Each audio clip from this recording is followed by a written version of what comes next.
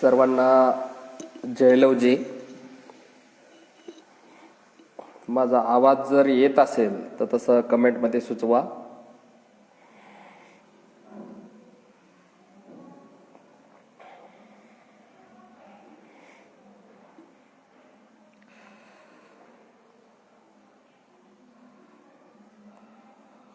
माझा आवाज आपल्यापर्यंत पोहोचतोय का?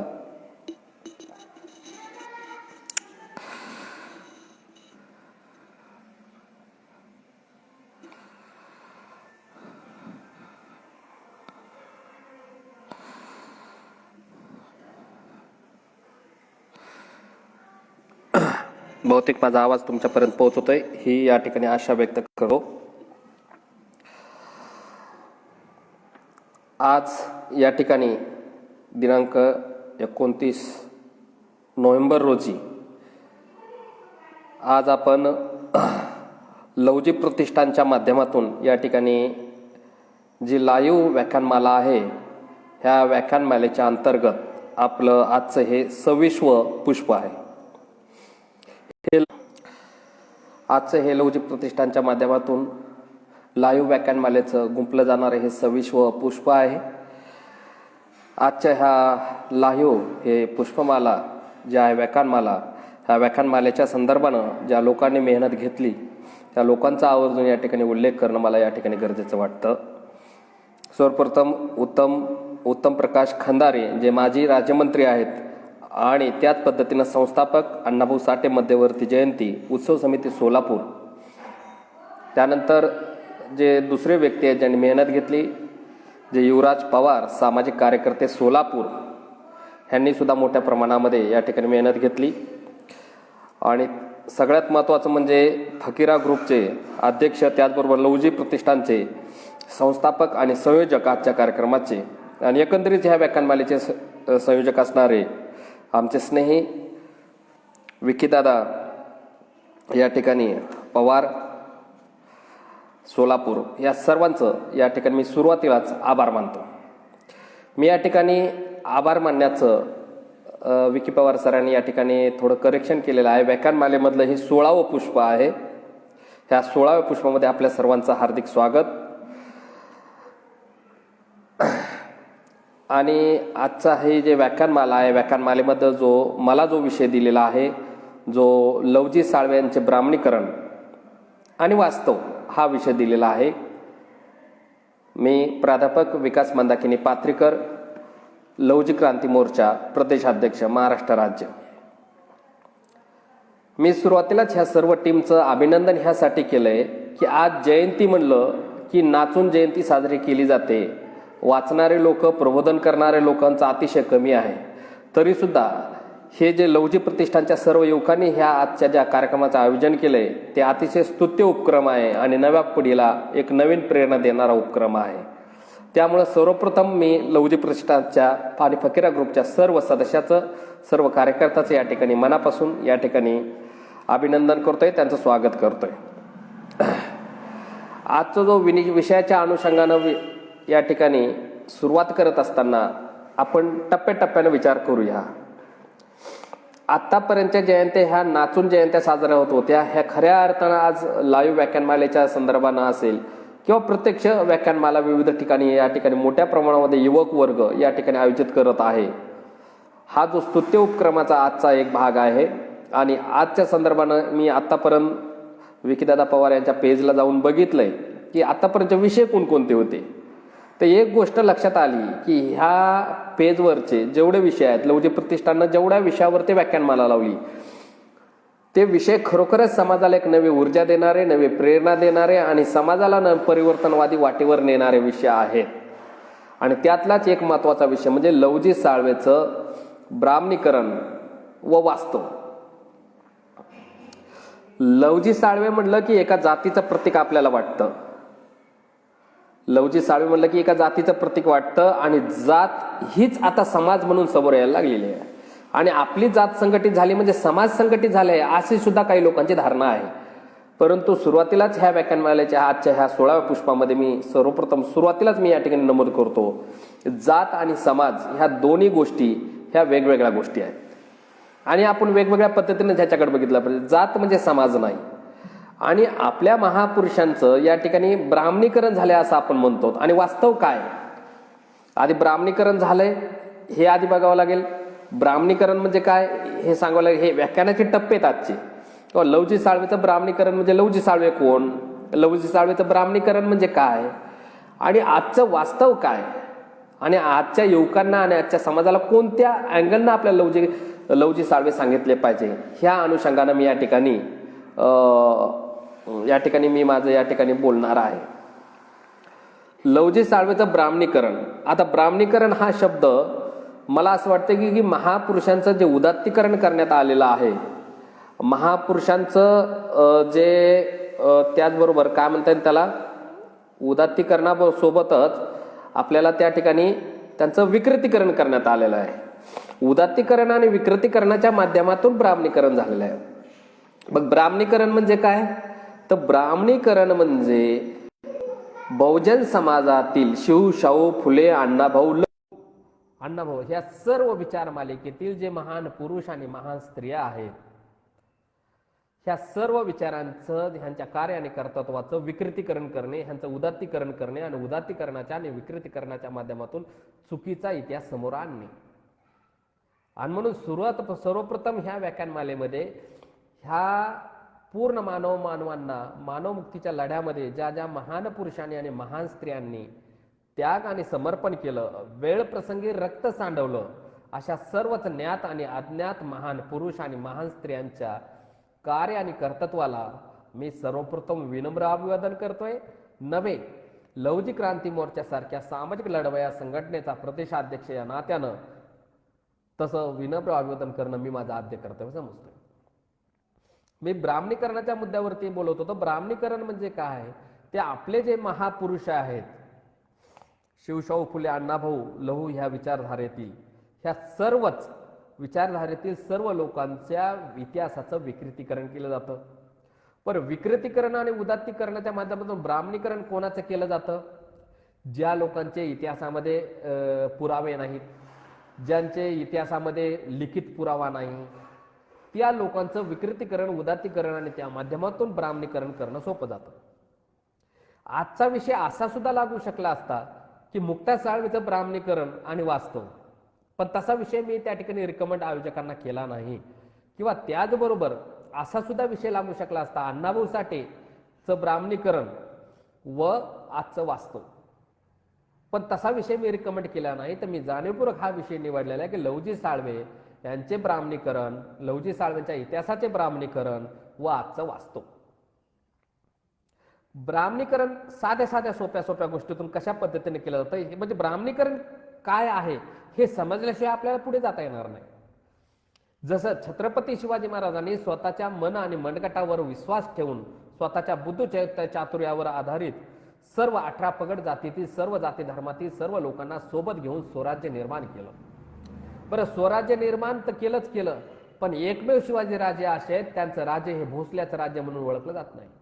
एखादा अकबराचं राज्य आहे, औरंगजेबचं राज्य आहे, होळकरांचं राज्य आहे, प्रत्येकाला एक घराण्याचं नाव दिलेलं आहे. पण एकमेव छत्रपती शिवाजी महाराजांचं राज्य असं आहे ज्या राज्यामध्ये या देशातील 18 पगड जातीतील सर्व लोकांना या ठिकाणी संधी मिळालेली आहे.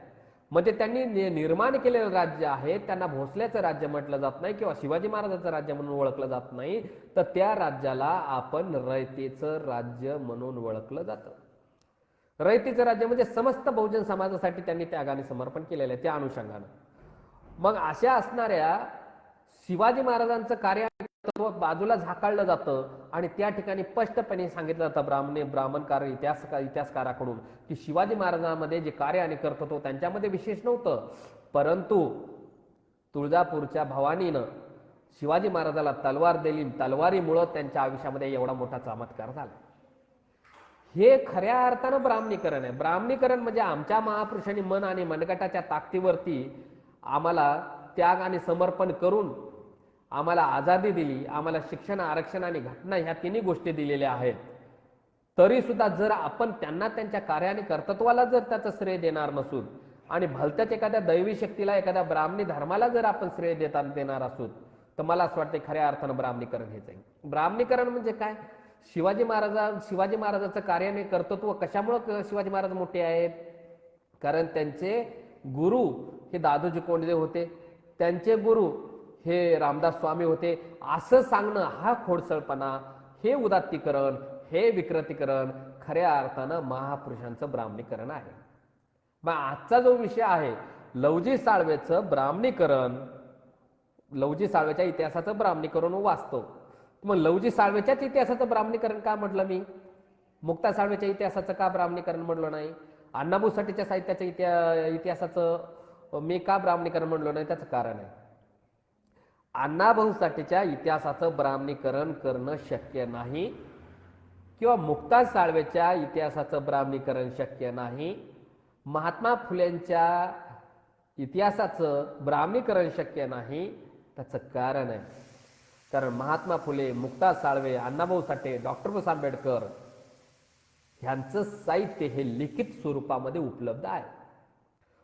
परंतु जे मातंग समाजातील आणि बहुजन समाजातील मोठे महापुरुष लवजी साळवे आहेत, ह्यांचं साहित्य हे लिखित स्वरूपामध्ये नाही. म्हणून ब्राह्मणी वर्गाला लवजी साळवेचं ब्राह्मणीकरण करण्याची संधी आहे, नव्हे त्या संधीचं ते सोनं करत आहेत. म्हणून खऱ्या अर्थानं लवजीचं ब्राह्मणीकरण ह्या भारत देशामध्ये होत आहे. तुम्ही म्हणता सर लवजी साळवेचं उदात्तीकरण होत आहे, तर मग उदात्तीकरणाला त्याला काय अर्थ आहे? म्हणजे त्याला एक चांगली संधी आहे, लोकांमध्ये नाव चाललंय लवजी साळवेचं आणि त्या माध्यमातून लवजीचा एक मोठा इतिहास आपल्या समाजामध्ये चाललाय. पण माझं म्हणणं आहे, जर खोटा इतिहास जात असेल आणि उदात्तीकरणाच्या माध्यमातून आपल्याला छाती जरी आपली फुगत असेल, पण जर तो इतिहासच खोटा असेल तर त्या इतिहासाला छेद देण्याची जबाबदारी आजच्या सामाजिक संघटनांची, संस्थांची, सामाजिक कार्यकर्त्यांची आणि युवा वर्गाची आणि समाजातील बुद्धिजीवी वर्गाची आहे. ती जबाबदारी ओळखून ह्या विषयाला मी होकार दिलेला आहे. लवजी साळवे म्हणजे एका जातीचं प्रतीक मानलं जातं, नव्हे ह्या भारत देशामध्ये प्रत्येक महापुरुषाला जातीमध्ये वाटून घेतलं जातं. शिवाजी महाराजांची जयंती म्हणजे मराठा समाजाने साजरी करायची, बरोबर. लवजी साळवेची जयंती म्हणजे मातंग समाजाने साजरी करायची. महात्मा फुलेची जयंती म्हणजे माळी समाजाने साजरी करायची. आणि लवजी साळवेची जयंती साजरी करायची असेल तर आपल्याला फक्त कशाच्या माध्यमातून साजरी करावं लागेल? मातंग समाजाच्या माध्यमातून साजरी करावं लागेल. मग खरोखर मग ज्या जातीनं, ज्या मातंग समाजातल्या लोकांनी लवजी साळवेला डोक्यावर घेतलंय आणि डोक्यावर घेऊन त्यांना एका जातीमध्ये बंद केले आणि मातंग समाजाचे खूप मोठे उद्धार करतेत असं म्हणून तुमच्या समोर डिक्लेअर केलेलं आहे, तुमच्या समोर मांडलेलं आहे. काय लवजी साळवेने एका जातीचं काम केलंय का? ह्या गोष्टीचा आपण विचार करूया. लवजी साळवेबद्दल तुम्हाला एकच लवजी साळवे माहित आहेत, परंतु आजच्या ह्या व्याख्यानमालेच्या दृष्टीनं आणखीन मी एका लवजी साळवेचा या ठिकाणी उल्लेख करतोय. लवजी साळवेचे वडील हे राघोजी साळवे. राघोजी साळवेचे जे वडील होते त्यांचं नाव सुद्धा लवजी साळवेच होतं. लक्षात येते? लवजी साळवे, वस्ताद लवजी साळवे, महात्मा फुलेला मदत करणारे. त्यांच्या वडिलाचं नाव राघोजी साळवे, राघोजी साळवेच्या वडिलाचं नाव लवजी साळवे. आणि त्या लवजी साळवेला छत्रपती शिवाजी महाराजांनी हातामध्ये शस्त्र हाती देऊन त्यांना किल्ल्याचं किल्लेदार आणि पहारेदार सुद्धा बनवलेला आहे. 2500 वर्षापासून आमच्या बहुजन समाजाला शस्त्रबंदी लादलेली आहे, शिक्षण बंदी लादलेली आहे, संपत्ती बंदी लादलेली आहे. त्या पार्श्वभूमीवरती 18 पगड जातीला सोबत घेऊन शिवाजी महाराजांनी रयतेचं राज्य निर्माण केलं. रयतेच्या राज्यामध्ये सुद्धा शिवाजी महाराजांनी मातंग समाजाला सुद्धा सहभागी करून घेतलं. त्याचं उदाहरण आहे लवजी साळवेचे जे आजोबा होते, आजोबाला त्यांनी त्या ठिकाणी तलवार हातामध्ये देण्याचं काम केलंय, त्या ठिकाणी किल्लेदार म्हणून ठेवण्याचं काम केलं. ह्याचा अर्थ शिवाजी महाराजांचं कार्य एका जातीसाठी नव्हतं, ना लवजी साळवेचं एका जातीसाठी काम नव्हतं, ना त्यांच्या पूर्वजाचं सुद्धा काम एका जातीसाठी नव्हतं. तेव्हा आम्ही एवढे मोठे कसं काय होऊ शकतो की त्यांना एका जातीमध्ये बांधणारे लोक? आम्ही एका जातीमध्ये बांधायला नको? आजचा जो कार्यक्रम आहे त्याच्यामध्ये फकीरा ग्रुपचं सुद्धा खूप मोठं योगदान आहे. ज्या फकीराबद्दल आपण एका जातीसाठी फकीराला एका जातीमध्ये मांडतो, एका जातीचं प्रतीक म्हणून मांडतो, त्या फकीराबद्दल ह्या फकीरा ग्रुपच्या आणि या ठिकाणच्या लवजी प्रतिष्ठानच्या तमाम सर्व कार्यकर्त्यांनी ऐकलं पाहिजे. ज्या फकीराला आपण एका जातीमध्ये मानतोय ना, त्या फकीरानं लुटीचा माल आणल्यानंतर महारवाड्यात आणि मांगवाड्यामध्ये सारख्याच पद्धतीनं धान्याची वाटणी केलेली आहे. मी जर त्या ठिकाणी असलो असतो तर मी म्हणलो असतं मांगवाड्यामध्ये जरा 2 पोते जरा जास्त टाका, महारवाड्यात 1 पोतं कमी टाका. परंतु त्यांनी तसं नाही केलं. महार आणि मांग ह्या दोन्ही वस्तीमध्ये, महार आणि मांग ह्या दोन्ही वस्तीमध्ये त्या ठिकाणी त्यांनी समान पद्धतीने वाटप केलेलं आहे. आणि समान पद्धतीने वाटप करून त्या ठिकाणी खऱ्या अर्थाने सामाजिक न्याय कसा असतो हे त्या ठिकाणी दाखवलेलं आहे. म्हणून इतिहासामध्ये ब्राह्मणीकरण झालेलं आहे लहुजी साळवेचं हे विचारात घेत असताना ब्राह्मणीकरण कोणकोणत्या वाक्यावरून झालेलं लहुजी साळवेचं, तर लहुजी साळवे बद्दल बोललं जातं, जगेल तर देशासाठी, मरेल तर देशासाठी. माझा आवाज क्लिअर येत असेल मला असं वाटतं. मी थोडं आणखीन रेंज मध्ये येतो, इथं थोडा रेंजचा इश्यू आहे.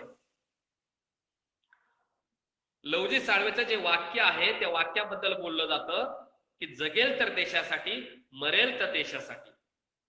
जर जगेल तर देशासाठी आणि मरेल तर देशासाठी जर म्हटलं जात असेल तर ह्याचा अर्थ त्यांचा लढा जो आहे इंग्रज सरकारच्या विरोधामध्ये होता. बरोबर, इंग्रज सरकारच्या विरोधामध्ये. मग जर इंग्रज सरकारच्या विरोधामध्ये लढा होता असं सांगितलं जातं लहुजी साळवेचा, तर लहुजी ही गोष्ट खरी आहे का ही जर आपण लक्षात घेण्याचा प्रयत्न आपण करूया. थोडस काही उदाहरण. ज्या लहुजी साळवेबद्दल बोललं जातं जगेल तर देशासाठी, मरेल तर देशासाठी, हे वाक्य ज्यावेळेस बोललं जातं त्या कालखंडामध्ये देश नावाची संकल्पना ह्या भारत देशामध्ये अस्तित्वात नव्हती. देश नावाची संकल्पना अस्तित्वात नव्हती. आणि मग त्यावेळेस जर देश नावाची संकल्पना जर अस्तित्वात नसेल तर मग जगेल तर देशासाठी, मरेल तर देशासाठी असं लहुजी साळवे बोलले असतील का, हा एक प्रश्न आहे. बरोबर. त्या काळामध्ये मग देश नावाची संकल्पना नव्हती तर मग कोणती संकल्पना होती, तर त्या ठिकाणी प्रत्येक महाराष्ट्र देशामध्ये 665 संस्थानिक होते जवळपास. आणि हे सगळे संस्थानिक होते. संस्थानिक म्हणजे छोटे छोटे राजे महाराजे होते. आणि छोटे छोटे राजे महाराजे असल्यामुळं त्या ठिकाणी देश नावाची संकल्पनाच नव्हती. तुम्ही म्हणता सर 1857चं बंड झालं ना, 1857चं बंड झालं तुम्ही म्हणतायत, पण 1857चं बंड हे राष्ट्रवादाची भावना समोर ठेवून झालेलं नव्हतं. प्रत्येक राजानं आणि प्रत्येक राणीनं स्वतःच संस्थानिक टिकविण्याच्या दृष्टिकोनातून केलं जाणारं बंड होतं. आणि महात्मा फुले, ज्या महात्मा फुलेला लहुजी साळवेनं साथ सहयोग दिला ते लहुजी साळवे सुद्धा असं म्हणतात, ते लहुजी साळवेचे गुरु महात्मा फुले सुद्धा असं म्हणतात त्या 1857च्या बंडाबद्दल की तुम्ही हे बंड देशासाठी झालेलं नाही, हे भट पांड्यांचं बंड आहे. जर मी हेडफोन या ठिकाणी लावतोय, काही कमेंट वगैरे येत आहेत.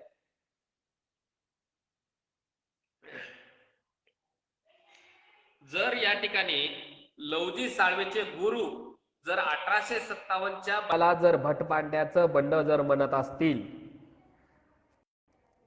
जर लहुजी साळवेचे गुरु महात्मा फुले 1857च्या बंडाला भटपांड्याचं बंड म्हणत असतील, काय ही गोष्ट लहुजी साळवेला माहित नसेल का? त्या आपला शिष्य काय म्हणतो ह्याबद्दल तर जरूर मान्य असेल.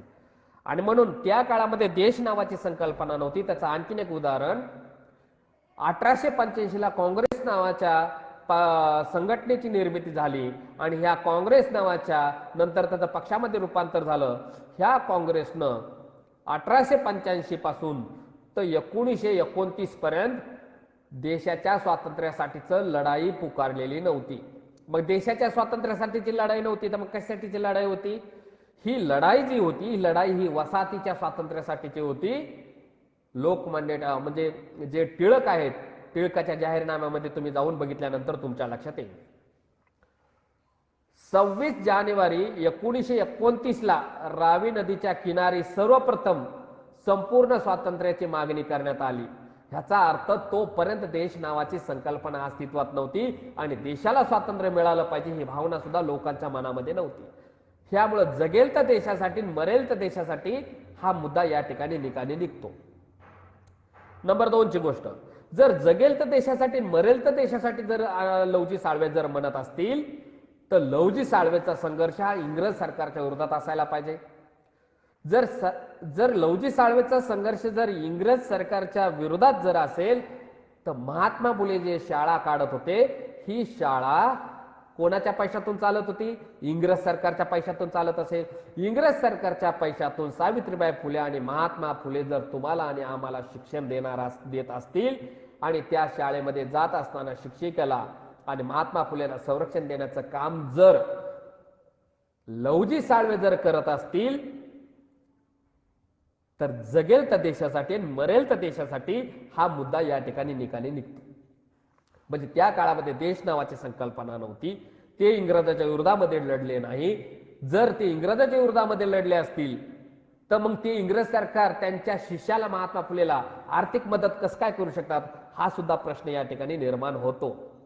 मग इंग्रज सरकारनं दिलेल्या पैशाच्या जीवावरती महात्मा फुले आणि सावित्रीबाई फुले शिक्षण देण्याचं काम आम्हाला तुम्हाला करत होत्या आणि शिक्षण देत असताना ज्या अडीअडचणी येत होत्या, त्यावेळेस सावित्रीबाई फुले आणि महात्मा फुलेला संरक्षण देण्याचं काम सुद्धा लवजी साळवेनं केलेलं आहे. ह्याचा अर्थ महात्मा फुलेची जी फरची कुऱ्हाड होती, ही फरची कुऱ्हाड इंग्रजाच्या विरोधामध्ये उठलेली नव्हती, तर आम्हाला शिक्षण देत असताना जे लोक अडथळे आणत होती, त्या लोकांच्या विरोधामध्ये लवजी साळवेनं फरची कुऱ्हाड उचललेली आहे. तरी सुद्धा आमच्या डोक्यातली मानसिकता जात नाही आणि प्रत्येक जातीमध्येच ही मानसिकता आहे. जसं मराठा कम्युनिटीमध्ये आपण एक मराठा लाख मराठा ह्या घोषणा उठायला लागल्या, त्याचबरोबर बुद्धिस्ट बांधवामध्ये ह्या घोषणा उठायला लागल्या की एक महार लाखाची हार. मातांग बांधव म्हणायला लागले, आम्ही पण काही कमी नाहीत, आम्ही पण घोषणा देतोय लवजीचा लेख लाखात. लवजीचा लेख लाखात एक. बाकीच्यांचा मी समजू शकतो, परंतु मातांग बांधवांचे सुद्धा असे काही ग्रुप आहेत, त्या ग्रुपचं नाव आहे 8 करोड मागाचा ग्रुप. आता ही खूप हास्यास्पद बाब आहे. 8 करोड मागाचा ग्रुप. मातांग समाजाची लोकसंख्या तरी 8 करोड आहे का? ग्रुप तयार करणाऱ्यांनी त्याच्या अगोदर ह्या गोष्टीचा विचार केला पाहिजे, आपण भावनिक कोणत्या मुद्द्यावरती करतोय. 8 करोड मागाचा ग्रुप, 8 करोड मागाचा ग्रुप हा ग्रुप होऊ शकत नाही, कारण तेवढी लोकसंख्याच आपली. म्हणून लवजी साळवेचं ब्राह्मणीकरण ह्या पद्धतीने केलं जातं, त्यांचं उदात्तीकरण केलं जातं, त्यांचं विकृतीकरण केलं जातं आणि त्या माध्यमातून त्याचं ब्राह्मणीकरण केलं जातं. हा पहिला मुद्दा झाला. जगेल तर देशासाठी, मरेल तर देशासाठी, हा मुद्दा निकाली निघाला. नंबर 2, लवजी साळवे रानडे, आगरकर, गोखले आणि टिळक ह्यांना कुस्तीचं शिक्षण दिलेलं आहे असं म्हटलं जातं. म्हणजे गोखले, आगरकर, टिळक ह्यांचे गुरु कोण आहेत? ह्यांचे गुरु, माझा आवाज येत असेल असं वाटतं मला, ह्यांचे जे गुरु आहेत, हे गुरु हे लवजी साळवे म्हणून ओळखले जातात आणि हे लवजी साळवे ओळखले जातात आणि इतिहासामध्ये सुद्धा तशा पद्धतीचं लिखाण करण्यात आलेलं आहे. एक गोष्ट आहे, ज्या काळामध्ये मागाच्या गळ्यामध्ये गाडगं होतं, पाठीला झाडू होता, गळ्यामध्ये गाडगं आणि पाठीला झाडू होता. आता गळ्यात गाडगं का? कारण आम्ही जर थुकलो, ती थुंकी जर रस्त्यावर जर पडली, मागाच्या थुंकीनं जर रस्ता अपवित्र होऊ शकतो, थुंकीनं. पाठीमागे झाडू का होता? कारण झाडू ह्यासाठी होता की आमचे जे पावलं होते रस्त्यावर, त्या पावलांचा सुद्धा या ठिकाणच्या प्रस्थापित लोकांना विटाळ होत होता. जर या ठिकाणच्या प्रस्थापित लोकांना, ब्राह्मण लोकांना जर आमच्या थुंकीचा विटाळ होत असेल, आमच्या पावलाचा विटाळ होत असेल, आमच्या सावलीचा विटाळ होत असेल, तर लवजी साळवे यांनी आगरकर, रानडे, टिळक ह्यांना कुस्ती कशी शिकवली असेल हा प्रश्न आहे. जर आमच्या सावलीचा विटाळ होत असेल, तर आमचा स्पर्श चालत असेल का त्यांना? बिलकुल स्पर्श चालत नसेल. आणि त्या काळामध्ये आम्हाला सांगितलं जातं की हे सगळे शिष्य आहेत लवजी साळवेचे. अहो, लवजी साळवेनं त्यावेळेस काय ऑनलाईन कुस्ती शिकवली नाही, ऑफलाईनच कुस्ती होती. कुस्ती शिकवण्यासाठी समोरासमोर यावं लागतं, डाव शिकावा लागतो. डाव शिकायचा तर आज हातात हात द्यावा लागतो, हातात हात देऊन त्याला डाव शिकावं लागतंय, कसं पाळायचं, कसं खालून वर उठायचं, हे सगळे डावपेच त्या ठिकाणी शिकवले जातात. कुस्तीतले डावपळ शिकवण्यासाठी आपल्याला ऑनलाईन शिकवता येत नसतात बांधवांनो, त्यासाठी हातात हात द्यावा लागतो, खांद्याला हात द्यावा लागतो, म्हणजे स्पर्श करावा लागतो. आणि ज्या काळामध्ये मातांग समाज अस्पृश्य होता, मग जर मातांग समाज अस्पृश्य असेल तर मातांग समाजातले लवजी साळवे कडून यांनी कुस्तीचे म्हणजे धडे घेतले असतील का, शिकले असतील का, ह्याचा एक आपण विचार केला पाहिजे. ह्याचा अर्थ हे सुद्धा फेक आहे. दुसरी महत्वाची गोष्ट, महात्मा फुले सोबत ज्यावेळेस लवजी साळवेचं नाव जोडायला लागलं, जुटत गेलं, सावित्रीबाई फुले सोबत जोडल्या गेलं, शेख फातिमा बीबी सोबत जोडल्या गेलं, त्यावेळेस साहजिकच ब्राह्मणी शक्तीचा मूर्तता त्यांचा मूळव्याध उठला आणि त्यांनी ह्या पद्धतीचं लिखाण करायला सुरुवात केली. हे सगळे शिष्य आहेत कोणाचे, लवजी साळवेचे. ज्या शिष्याबद्दल बोललं जातं त्या शिष्याबद्दल दोन शब्द या ठिकाणी मला बोलणं गरजेचं वाटतं. ज्या रानड्याला लवजी साळवेचा शिष्य म्हटलं जातं त्या रानड्याचं नाव इतिहासामध्ये एका मोठ्या गोष्टीसाठी आहे, जे विधवा पुनर्विवाहासाठी नाव आहे. विधवा पुनर्विवाहासाठी रानडेचं नाव आहे, ज्याला लवजी साळवेचा शिष्य म्हटलं जातं.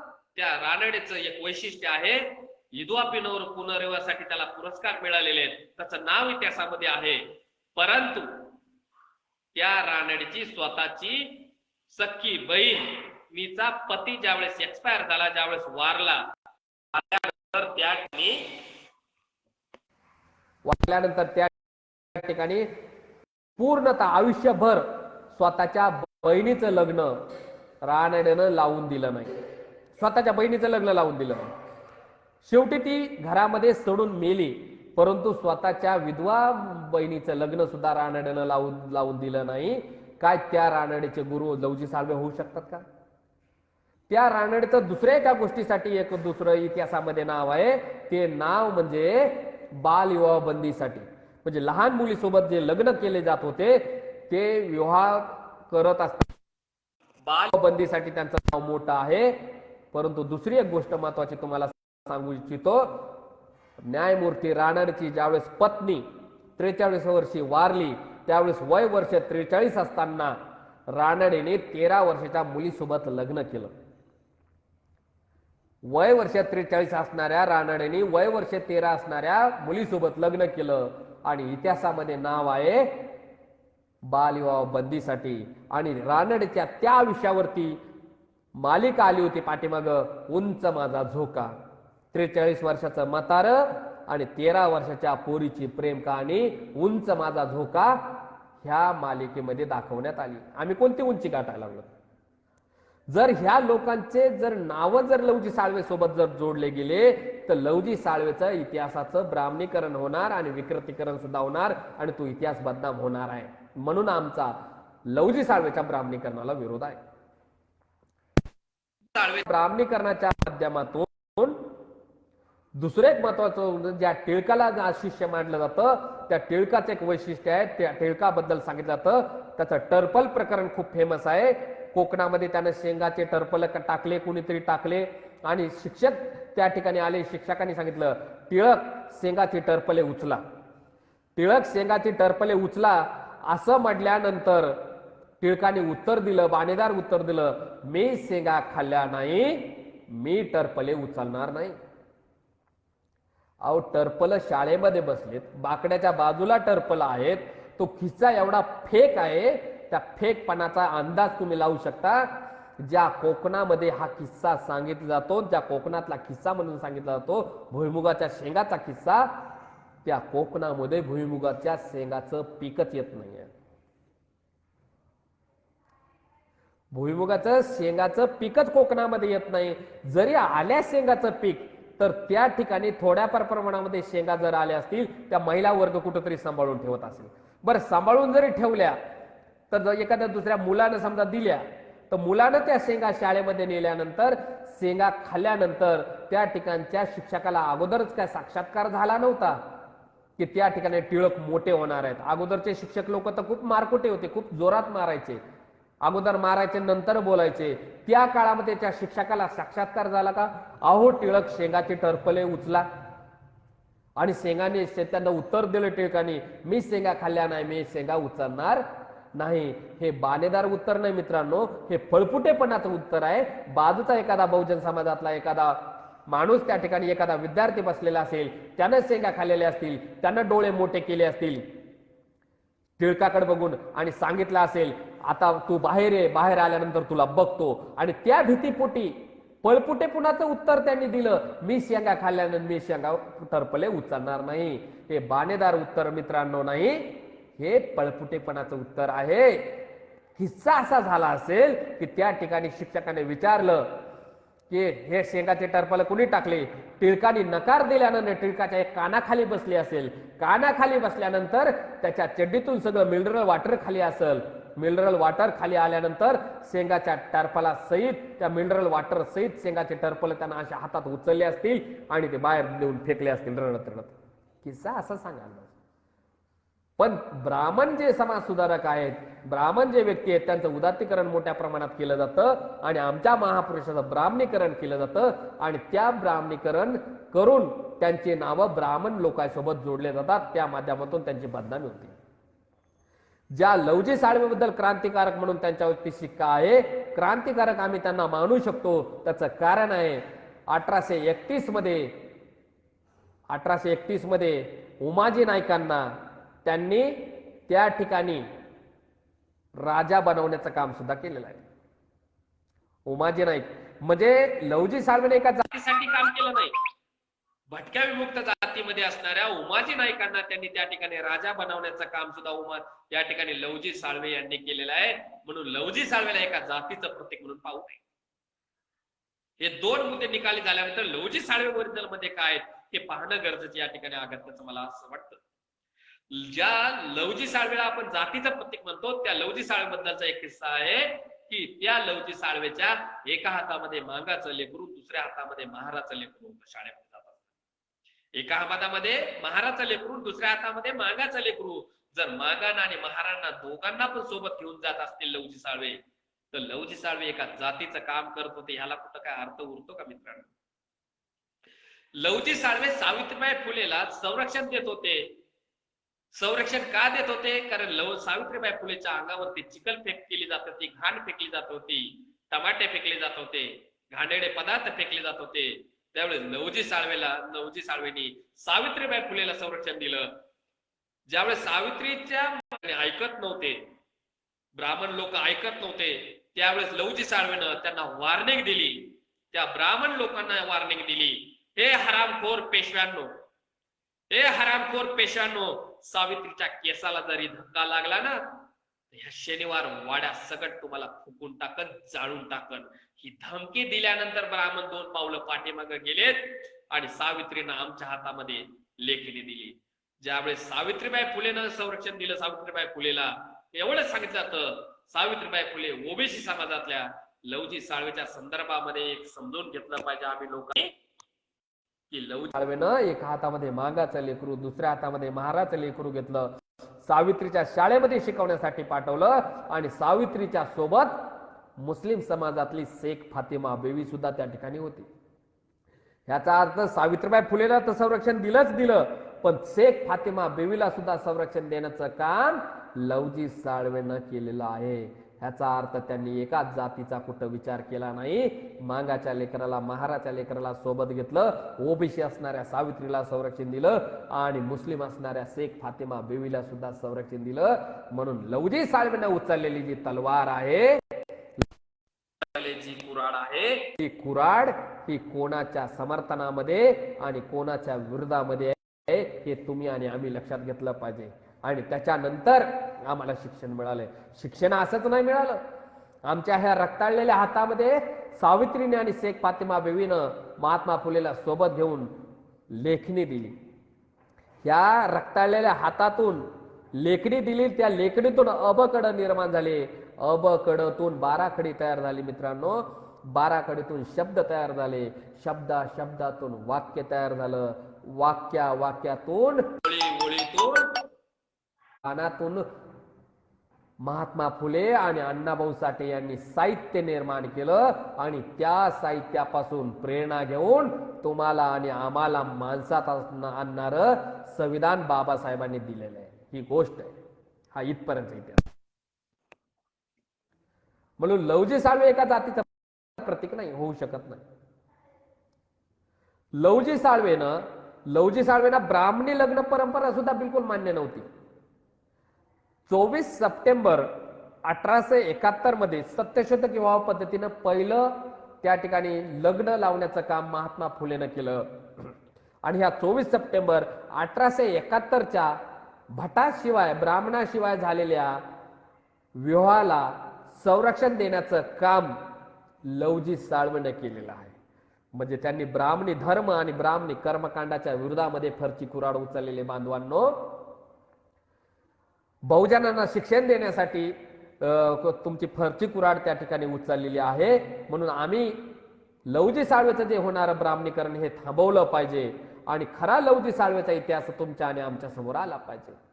आणि हा खरा इतिहास लवजी प्रतिष्ठानच्या माध्यमातून आज आपल्या सर्वांच्या समोर येत आहे. मी सर्वांचं या ठिकाणी पुन्हा आभार मानतो आणि ही जबाबदारी माझी एकट्याची, लवजी प्रतिष्ठानची किंवा लवजी क्रांती मोर्चाची नाही, आपल्या सर्व संस्था आणि संघटनाची ही जबाबदारी आहे की आपण हे लवजीचं होणारं ब्राह्मणीकरण आपण थांबवलं पाहिजे. लवजीला लढा एका जातीसाठी दिला नाही ना, लवजीच्या शिष्यानं सुद्धा तसं केलेलं नाही. या मातीसाठी लवजीच्या पूर्वजांनी आणि मांगाच्या पूर्वजांनी त्याग आणि समर्पण केलेलं आहे. आम्ही या देशासाठी लढलेले लोक आहोत. ह्याचा अर्थ असा नाही लवजीचं ब्राह्मणीकरण होते ते इंग्रजाच्या विरोधात लढले नाही, ह्याचा अर्थ देशासाठी आमचं योगदान नाही, अशातला भाग नाही. आमचं देशासाठी खूप मोठं योगदान आहे. छत्रपती शिवाजी महाराजांच्या राज्यामध्ये आम्ही तलवार घेऊन हातामध्ये लढलेले लोक आहोत. पुरंदर सारख्या किल्ल्याचं संरक्षण करणारे आम्ही लोक आहोत. म्हणून आमचा हा गौरवशाली इतिहास आहे. सम्राट अशोकाच्या कालखंडामध्ये 16 महाजनपद होते. त्या 16 महाजनपदापैकी 8 महाजनपद मान खुलीन राजाची होती. ही गोष्ट सुद्धा तुम्ही आणि आम्ही लक्षात घेतली पाहिजे. संत तुकारामांच्या हत्येची पहिली बातमी गावामध्ये सांगण्याचं काम मांगानेच केलेलं आहे. ही सुद्धा गोष्ट आम्ही तुम्ही विसरता कामा नये. लवजी साळवेने सुद्धा महात्मा फुलेला 701 देण्याचं काम केलेलं आहे. गोष्ट तुम्ही आम्ही विसरता कामा नये. महात्मा फुले सोबतच महात्मा फुलेनं तर संरक्षण दिलं, त्याचबरोबर लोकराजे राजशिव शाहू महाराजांच्या राज्यामध्ये सुद्धा त्या ठिकाणच्या मातांग समाजातल्या व्यक्तीला वकिलीची सनद देण्याचं काम राजशिव शाहू महाराजांनी केलेलं आहे. डॉक्टर बाबासाहेब आंबेडकरांच्या सोबत सुद्धा त्या मातांग समाजाने साथसहयोग केलेला आहे. एवढाच नाही तर मातांग समाजातल्या लोकांनी लवजी साळवे बरोबरच राजशिव शाहू महाराज आणि अण्णाभाऊ साठेने सुद्धा साथसहयोग केलेला आहे. माझा हेड थोडासा आवाज येतोय आता क्लिअर? मी ही गोष्ट सांगतोय की आमचा एक गौरवशाली इतिहास आहे. ह्या भूमीसाठी आम्ही त्याग आणि समर्पण केलेले आहे. जेवढे महाराष्ट्रामध्ये तुम्हाला वाड्या दिसतात, देशमुखाचे पाटलाचे वाडे आहेत, ह्या प्रत्येक वाड्याच्या खाली मांगाचा माणूस गाडलेले गेलेले आहेत. जेवढ्या गड्या दिसतात ह्या प्रत्येक गडीच्या खाली मांगाचा माणूस गाडलेले गेलेले आहेत. जेवढे किल्ले दिसतात ह्या प्रत्येक किल्ल्याच्या खाली मांगाचा माणूस गाडलेले गेलेले आहे. ह्या भूमीवरती मांगाचं रक्त सांडलेलं आहे. आणि मांगाला बळी देत असताना या ठिकाणच्या ब्राह्मणी व्यवस्थेनं आम्हाला आमच्या अंगावरचे कपडे काढून एका तेलाच्या तेलामध्ये त्या ठिकाणी शेंदूर टाकून तो शेंदूर आम्हाला पाजून आम्हाला गडीच्या खाली दिलेला आहे. जो शनिवार वाडा पुण्यामध्ये दिसतो पेशव्यांचं प्रतीक, या पेशव्यांच्या शनिवार वाड्याच्या खाली सुद्धा मांगाचा बळी दिलेला आहे.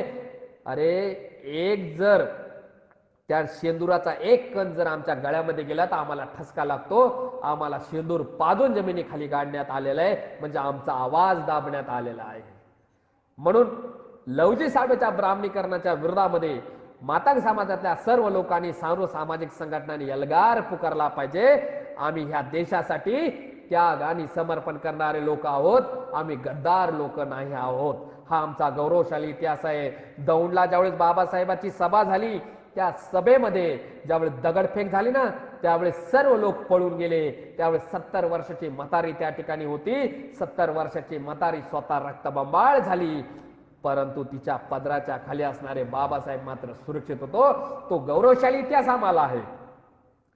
आजचं नानलपेठ आणि त्यावेळची भोकरवाडी, ह्या भोकरवाडीमध्ये बाबासाहेबांची ज्यावेळेस सभा झाली, बाबासाहेबावर त्या ठिकाणी हल्ला होणार अशी चर्चा चालू होती. ही हल्ला होणार ही चर्चा चालू असताना बाबासाहेबाला का फरची कुराडीच्या कमानीमध्ये संरक्षण देण्याचं काम आरजे खंडागळे आणि मातांग समाजातल्या बाकीच्या युवकांनी केलं, ही गोष्ट तुम्ही आणि आम्ही विसरता कामा नये. जे लोक मांग आणि महारामध्ये द्वेष पसरतात त्या लोकांनी एक गोष्ट विचारात घेतली पाहिजे. बाबासाहेबांनी त्यांच्या हयातीमध्ये 12 मातांग परिषदा घेतल्या. या 12 मातांग परिषदापैकी तुमच्या ज्या सोलापूर मधला हा ग्रुप आहे लवजी प्रतिष्ठान, ज्या सोलापूर मधलं हे फकीरा ग्रुप आहे, त्या लोकांनी लक्षात घेतलं पाहिजे. त्या सोलापूर मध्ये सुद्धा एक मातांग परिषद झालेली होती आणि त्याचबरोबर दौंडला सुद्धा एक मातांग परिषद झाली होती. त्या 2 मातांग परिषदेचा 12 पैकी मी का उल्लेख का करतोय त्याचं कारण आहे, या दोन्ही मातांग परिषदा हे धम्म परिवर्तन दिनाच्या किंवा धम्माच्या किंवा धर्म परिवर्तनाच्या दिशेनं पाऊल टाकणाऱ्या दोन्ही परिषदा होत्या. त्या ठिकाणी मातांग समाजातल्या लोकांनी साथसोय केलेला आहे. जे दीक्षाभूमीवर धर्म परिवर्तन सोहळ्याचा जो सोहळा रंगला होता, त्या धर्म परिवर्तन सोहळ्याचं मॅनेजमेंट ज्या 5 लोकांकडे होतं, त्या 5 लोकांपैकी एक माणूस आरजे खंडागळे तुमच्या ह्या महाराष्ट्रातला होता. त्या आरजे खंडागळेनं त्या ठिकाणी मॅनेजमेंट केलेलं आहे. आम्ही या मातीसाठी भूमीसाठी त्याग आणि समर्पण केले. आम्ही फुलेच्या चळवळीमध्ये होतो, आम्ही शाहू महाराजांच्या चळवळीमध्ये होतो, आम्ही सम्राट अशोकाच्या चळवळीमध्ये आम्ही योगदान दिलेलं आहे. त्याचबरोबर आम्ही बाबासाहेबांच्या सोबत सुद्धा खांद्याला खांदा लावून लढणारे लोक आहोत. ज्यावेळेस बाबासाहेब गोलमेज परिषदेला गेले, गोलमेज परिषदेला गेलेले असताना त्या ठिकाणी उस्मानाबाद जिल्ह्यातील इटकूर नावाचं गाव आहे. त्या इटकूर नावाच्या गावातील श्रीपती शिंदेनं स्वतःची बैलगाडी विकली आणि 450 महिलांची रपेट मारली आणि ज्या सोलापूरचा हा ग्रुप आहे त्या सोलापूर मधून त्यांनी त्या ठिकाणी 450 महिलांची रपेट मारून लंडन मध्ये तार पाठवली इंग्रज सरकारला. बाबासाहेब हेच आमचे नेते आहे. हा आमचा गौरवशाली इतिहास आहे. बाबासाहेबांच्या त्याग आणि समर्पणाचं एक विश्वास म्हणून आमचे आजोबा जे मातांग समाजातले पहिले खासदार देवराव कांबळे होते नांदेड मतदारसंघ, त्या काळामध्ये बाबासाहेब गेल्यानंतर बाबासाहेबांचा मृत्यू हा संशयास्पद झालेला आहे अशी मागणी आरपीआय संघटनेने केल्यानंतर, आरपीआय पक्षाने केल्यानंतर त्या ठिकाणी काँग्रेस सरकारने एक कमिटी नेमली होती. त्या कमिटीचं नाव होतं सक्सेना कमिटी. त्या सक्सेना कमिटीचा रिपोर्ट उघड करावा म्हणून आमचे आजोबा आणि मातांग समाजातले पहिले खासदार देवराव कांबळे यांनी सक्सेना कमिटीचा रिपोर्ट उघड करावा म्हणून 90 खासदारासहित लोकसभा सभागृहाचा त्याग केला आणि त्याच देवराव कांबळेंनी 1986 मध्ये उस्मानाबाद मतदारसंघातून कांशीराम साहेबांच्या उपस्थितीमध्ये बहुजन समाज पार्टीकडून लोकसभेची इलेक्शन सुद्धा लढवलेली आहे. आमचं योगदान हे आहे. पोचीराम कांबळेने सुद्धा या समाजामध्ये योगदान दिले. त्यांचा मुलगा चंदर कांबळे यांनी योगदान दिले आणि या ठिकाणच्या विठ्ठल उमप सारख्या माणसांनी बाबासाहेबांचं गाणं गात गात स्टेज वरती आपला जीव सोडलेला आहे. ज्या अण्णाभाऊ साठेचं नाव आम्ही घेतोय त्या अण्णाभाऊ साठेनं आम्हाला संदेश दिला, जग बदल घालून घाव सांगून गेले मन भीमराव. त्याच अण्णाभाऊ साठेनं शपथ एक कथा लिहिली. त्या कथेचं नाव आहे बुद्धाची शपथ आणि बुद्धाची शपथ या कथेचा शेवट बुद्धम शरणम गच्छामी या 3 वाक्यांनी, या 3 शब्दांनी होतो. आणि खऱ्या अर्थानं आमची दिशा कोणती असली पाहिजे ही दिशा त्याच्यामध्ये. आमच्यासाठी धर्म परिवर्तन महत्वाचा नाही तर आमच्यासाठी विचार परिवर्तन महत्वाचं आहे आणि ते विचार परिवर्तन मातांग समाजामध्ये झालेलं आहे. मातांग समाजामध्ये अण्णाभाऊ साठेची जयंती काढत असताना अण्णाभाऊ साठेच्या जयंतीमध्ये सुद्धा आज बाबासाहेबांचं गाणं वाजतंय. हे काय कमी परिवर्तन नाही मित्रांनो. आज बाबासाहेबांचा निळा झेंडा मानवाड्यामध्ये सुद्धा दिसायला लागलाय. मानवाड्यातले लोक सुद्धा जय भीम म्हणायला लागलेत. हे पण काय कमी परिवर्तन नाही. आम्ही परिवर्तनाच्या वाटेवरती आहोत, पण ह्या वाटेवरती चालत असताना आमच्यावरती सुद्धा जीवघेणे हल्ले मोठ्या प्रमाणामध्ये होत आहेत. सामाजिक अन्याय अत्याचाराच्या घटना आमच्यावरती होत आहेत. जर आम्ही जय लवजी म्हणत असू, आम्ही लवजीचं नाव घेत असू तर लवजी प्रमाणे आम्ही अन्याय अत्याचाराच्या विरोधामध्ये लढलं पाहिजे, स्वाभिमानाने लढलं पाहिजे, निर्भयतेने लढलं पाहिजे. ती नव्हे ती आमची जबाबदारी आहे. त्या अनुषंगाने एकच गोष्ट सांगेल की आमच्या समाजावर अन्याय अत्याचार का होतो त्याचं एकमेव कारण आहे की मातांग समाज हा संघटित नाही. संघटित नसल्यामुळे हे असले प्रकार घडत आहेत.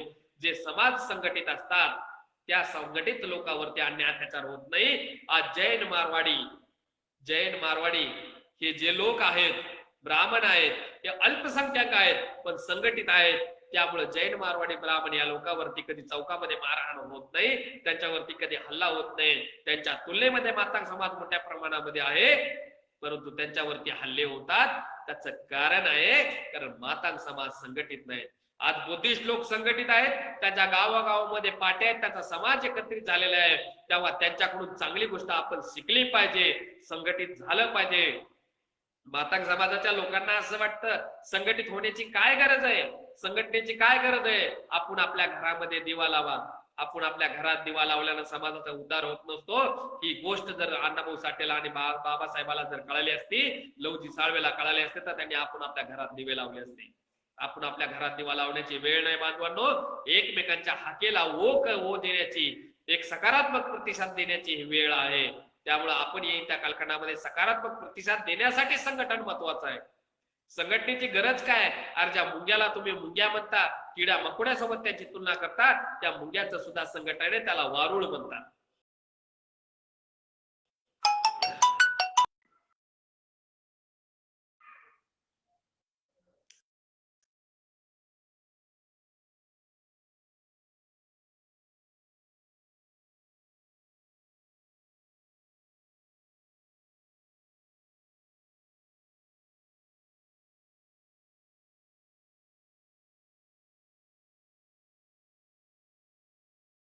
ते सुद्धा कळपामध्ये राहतात. संघटने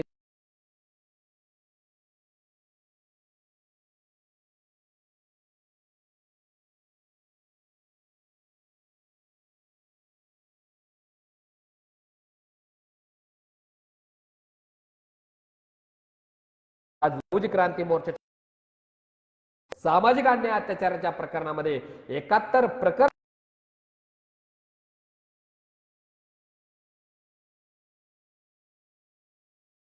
आपण पाठवण्यामध्ये सक्सेस झालेलो आहोत. 47 प्रकरणातील पीडित लोकांना आपण समाज कल्याणची कमीत कमी 1.5 लाख आणि जास्तीत जास्त 15 लाखापर्यंतची आपण मदत केलेली आहे. सर्वात महत्वाची गोष्ट आहे लवजी क्रांती मोर्चा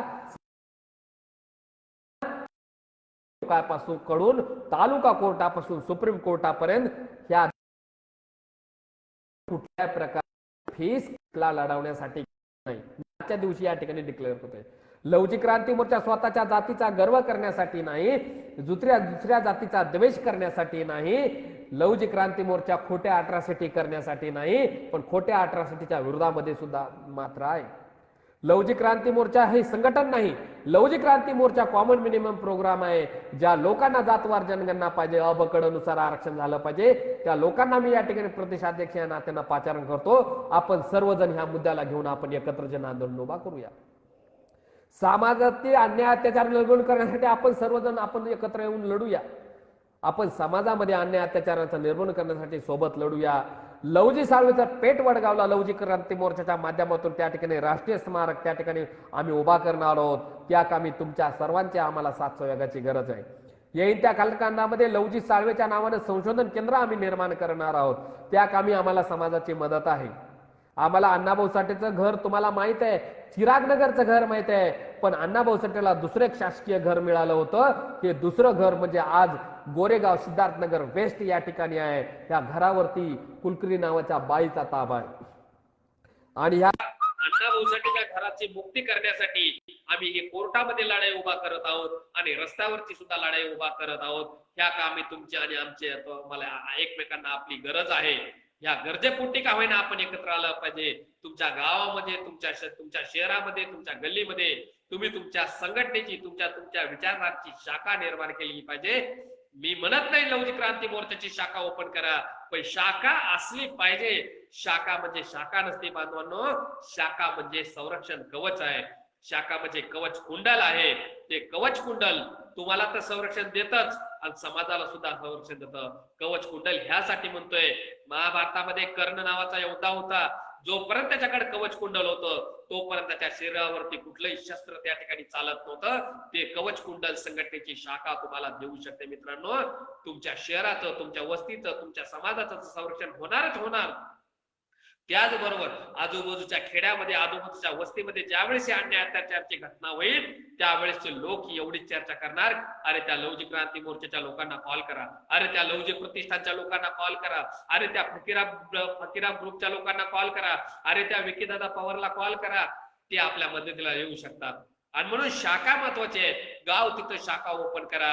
आज सोलापूर मधल्या लोकांना वाटत नसेल की आमच्या अन्याय अत्याचार होत नसतील. अरे सोलापूर मधला मातंग समाज संघटित असेल, सोलापूरमध्ये तुम्ही समूहानं राहत असाल, सोलापूरमध्ये तुम्ही वस्तीनं राहत असाल, परंतु नंदुरबार पासून गडचिरोली पासून तर नंदुरबार पर्यंत, नंदुरबार धुळे पासून तर सिंधुदुर्ग आणि कोल्हापूर पर्यंत सुद्धा मातंग समाज पसरलेला आहे.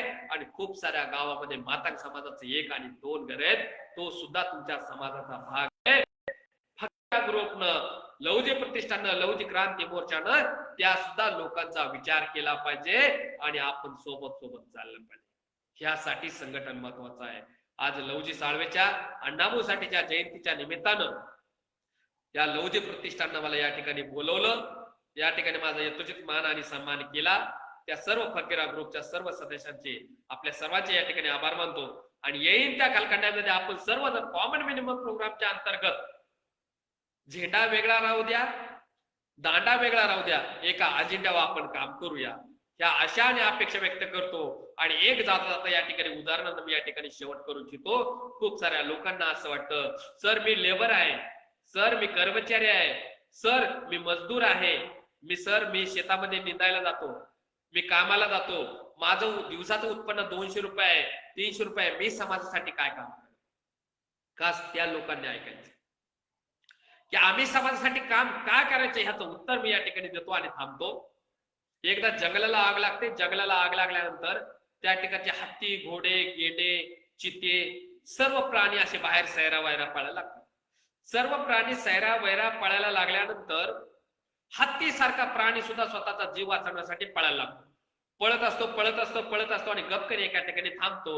आणि थांबतो थोडं वळून बघतो. आणि बघतो तर काय, एका तलावाच्या काठाला एक चिमणी असते.